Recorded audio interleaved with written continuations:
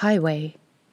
A story first published in the Infinitas newsletter in 2005, written and narrated by Patty Jansen. There is a bend in the road, and the last glimpse of the suburbs slides from the rear vision mirror. Black hills strung with orderly pinpricks of light like a Christmas tree. The road ahead is empty. 3 white lines, 2 unbroken, 1 dotted, meet somewhere beyond the reach of the headlights. The Milky Way arcs overhead and witnesses my progress. Black shadows of bush lurk on both sides of the road. By day, grooved tree trunks guard its secrets under a veil of grey-green leaves. Brigalow, I think it's called, and its sapping monotony feeds the ghosts of the imagination. If distances were measured in units of boredom, the stretch of highway from Rockhampton to Sarina would be the longest road in the world. Old Bill from down the street swears that every time he drives along this road, he meets his wife.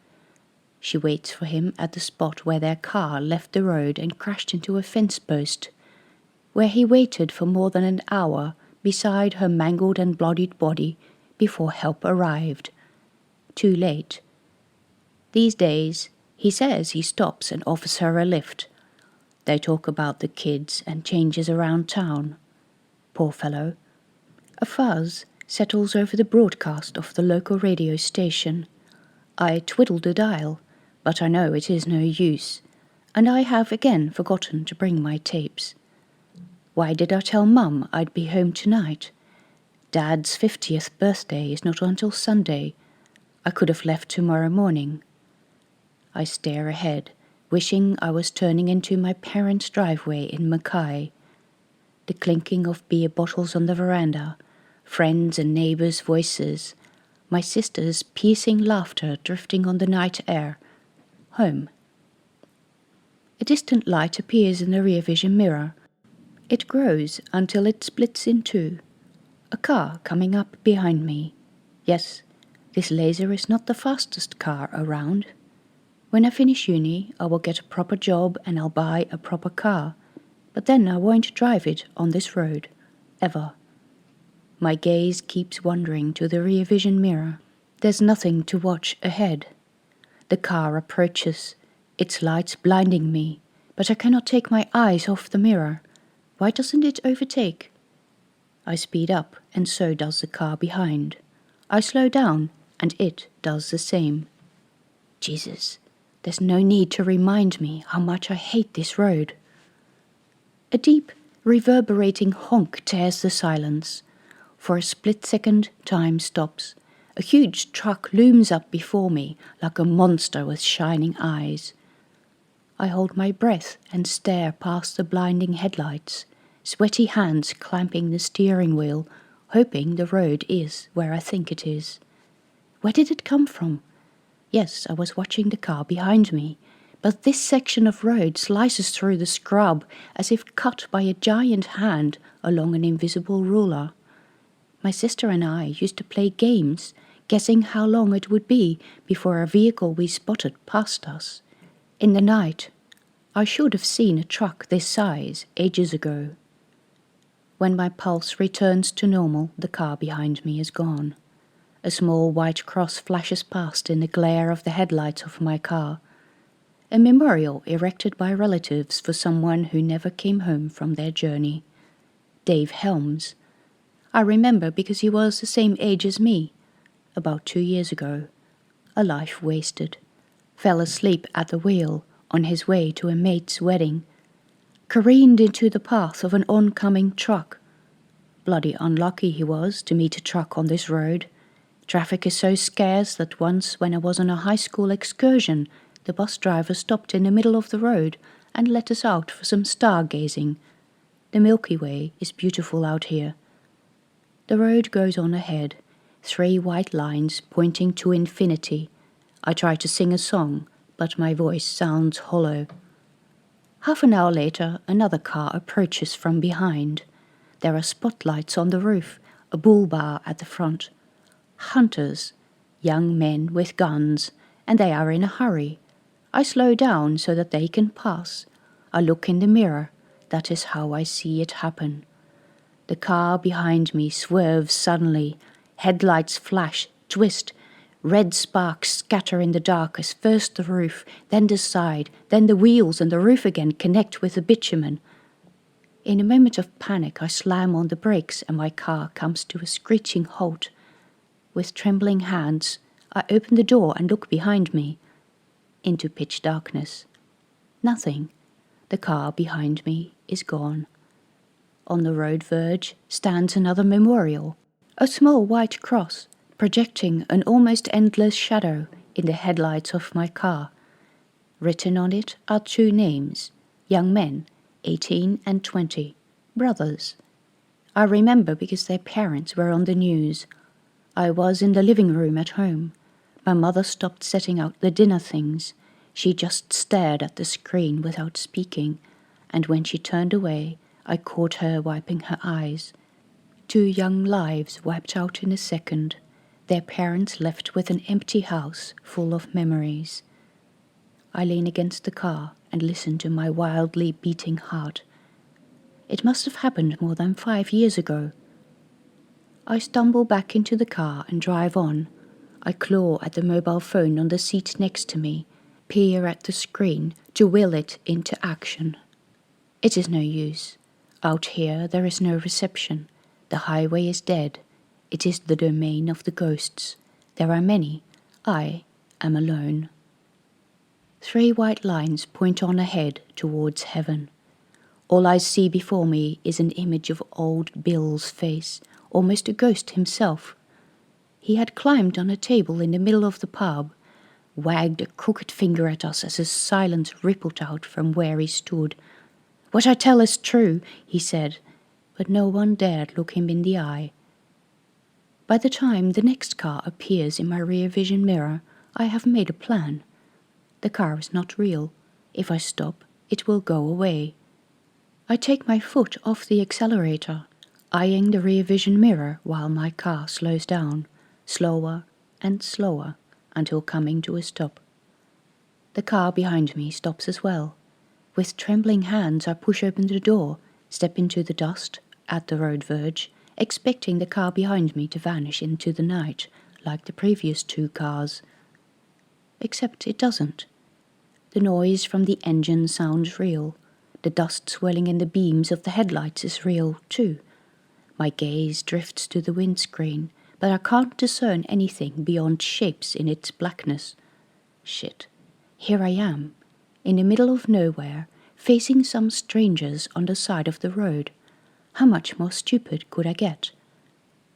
As my breathing grates in the still air, the rear passenger door creaks open, and a small figure emerges.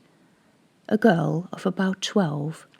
Glossy dark curls dance over her shoulders as she skips towards me. I can only stare at her. In the glare of the headlights of the car, her skin has a peachy quality. It looks real. I reach out to touch her, but withdraw my hand. Somehow I don't want to know. "Who are you?" I stammer. Real, live, green eyes look at me. "Evie Woods." She walks towards the passenger side of my car. "Can you give me a lift?" I frown at her and gesture at the car behind us, too stunned to string together a coherent sentence. But you just... what about them?" "Oh, my parents," she shrugs. "They don't like going past here." She flaps her hand at another white cross at the side of the road. Her parents? Were they... I glance sideways, but Evie isn't paying attention. She opens the door and gets in the car. I am too stunned to think of objecting. But I have to know. In a few steps I am at the cross, kneel in the dust, squint at the letter scrawled in black felt pen across the white surface. A date. 15 years ago, and 2 names. Terry and Susan Woods. But then Evie... My gaze goes towards my car, where I can see her struggle with the seatbelt by the glow of the interior light. 15 years ago, even if she survived the accident as a baby. She doesn't look 15, she's too young. With a crunch of gravel, the car behind me reverses, turns and leaves the scene, red taillights vanishing around a bend, leaving me alone with a ghost. Torn by indecision, I stand at the white cross, claw at the wood in hope of some heaven-sent idea. The night is still fresh. It will be hours until sunrise, hours spent on the roadside in bitter cold. In front of my car, the 3 white lines reach into darkness. I wonder where they will lead. No, I'm being ridiculous. I stumble back into the car. Evie's face is soft blue by the lights on the dashboard. She sits playing with her hair and looks very normal, very real. Her smile is real too. I slip behind the wheel and keep on driving, wiping my hands on my trousers, glancing at Evie. Decide that yes, she is real, and relax. But then she holds up my mobile phone. What's this? My breath catches in my throat. It's a mobile phone. And this is followed by a silence in which I can almost feel her frown. My heart beating wildly, I make excuses. She must be from a poor family, or live in an area where there is no coverage, or my skin puckers into goose flesh. Died 15 years ago. The question is on the tip of my tongue, but I don't want to ask. And then she says, "Can you show me how it works?" "I can't," I reply. And when the disappointed silence lingers, I continue. "There is no reception here. I can show you when we stop in Serena." She smiles wryly. "We don't stop in the towns. We guardians are not welcome there." My heart misses a beat. Guardians? But Evie smiles. "Those who guard the road, those whose souls are bound to the road by events from the past." I open my mouth but don't know what to say. There is another long silence before I dare ask the question. Am I dead? She shrugs. What is death but passage from one world to another? I'm not in the mood for philosophy. Listen, I want to know, if I'm not dead, then why am I talking to you? She gives a wry smile. Maybe I'd like to test your suitability as a guardian. It takes a few long seconds before I realize the implication of her words, and in those few seconds the 3 white lines in front of me twist like spaghetti. The car hits the dirt. It bumps and jolts for what feels like an eternity, and finally comes to a grinding, sliding, gravel crunching halt. Gasping for breath, I look aside. Evie holds up the mobile phone. "It's working now," she says, and then she's gone. I stare out the window, but I am alone, the running of the engine like a roar in my ears. The headlights of my car peer through a cloud of dust. Out the front window looms a large white sign with black letters. "Survive this drive." A laugh escapes my mouth. Survive? Surely I must be dead. I laugh and laugh until I start to cry. And slowly it dawns on me. What did they call it again in the TV commercial? A micro-sleep? I pick up the mobile phone from the seat beside me. Evie was right. It is working again. I put it in my lap like a cherished cat and return to the road. Around the next corner the street lights of Serena embrace me with their warmth. Low timber houses, lush lawns like green fur in lantern light, silent palms breathing tropical homeliness. I stop at the very first service station and head for the food counter. Coffee, percolated espresso, instant or a day old and reheated. I don't care as long as it's black and strong. Seated on a cheerless plastic chair in front of the window, I sip from a styrofoam cup and stare out into the night, gibbering into my mobile phone. "Yes, Mum, I know I'm late. Yes, Mum, I'm in Serena. I'll be home in about an hour." I head back to the car and stare in the direction from which I have just come. It hits me that in 3 days' time I will have to go the same way back. I will travel by day. I will make sure I'm well rested. Test my suitability as a guardian. Have I ever had a more ridiculous daydream? A truck hurtles past on its way south. Black curls dance in the wind behind the open passenger window. A small hand sticks out and waves to me, and Evie's voice drifts on the wind. See you soon! Thank you for listening to Highway. This short story is included in the short story anthology Out of Here, which includes a number of my early published stories. You can find information about it on my website, pattyjansen.com.